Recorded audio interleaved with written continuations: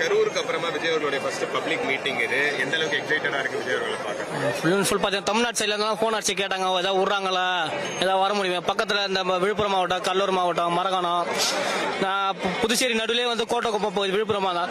அவங்க எல்லாம் கேட்டாங்க ஏதாவது போக முடியுமா அப்படின்னு சொல்லி. இல்லை கம்ப்ளீட்டா சிட் பண்ணிட்டாங்க பிரதர். எல்லாம் உள்ள பண்ணிட்டாங்க. அவரை பார்க்கறதுக்கு எந்த அளவுக்கு நீங்க எக்ஸைட்டடா இருக்கீங்க? அதாவது பார்த்தீங்கன்னா எனக்கு மேரேஜ் ஆகி 2 பசங்க இருக்கிறாங்க. எனக்கு நினைவு தெரிஞ்ச நாள் தான் அவரோட படம் தான் பார்த்து வளர்ந்துக்கிறேன். பட் இருந்தாலும் அந்த ஒரு பதட்டம், அந்த ஒரு பரபரப்பு மட்டும் குறைய மாட்டேது. ஏனே தெரியல. நேற்று எங்க அம்மா சொன்னதான உங்ககிட்ட நான் சொல்லுங்கிறேன். இந்த மீட்டிங்ல அவர் என்னென்னலாம் பேசுவார் நீங்க எதிர்பார்க்கறீங்க? குறிப்பா புதுச்சேரிக்கு தேவையான விஷயங்கள் எல்லாம் என்னென்னலாம் அவர் பேசுவாங்க? உங்களை விட பயங்கரமா நாங்களும் ஆதரவாக. ஏன்னா நீங்க கேட்கற கேள்வி தான் நானும் அவர்கிட்ட கேட்க போறேன். நம்மளை விட, நம்ம 2 பேரை விட, இங்க இருக்கிறவங்களை விட 30 எம்எல்ஏ ரொம்ப ஆர்வமாக இருக்கிறாங்க. புதுச்சேரி தொகுதியில 30 எம்எல்ஏ இருக்கிறாங்க.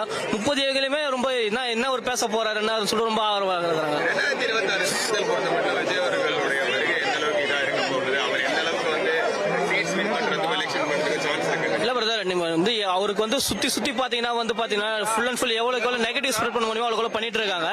அது எல்லாமே அவருக்கு பாசிட்டிவ் தான் மாறிட்டு இருக்கு. டே பை டே வந்து பாத்தீங்கன்னா ஓட்டோட பர்சன்டேஜ் அவருக்கு ஏறிட்டு தான் இருக்கு. கண்டிப்பா ஒரு சான்ஸ் இருக்கு பிரதர். கண்டிப்பா உட்கார்றது வாய்ப்பு இருக்கு.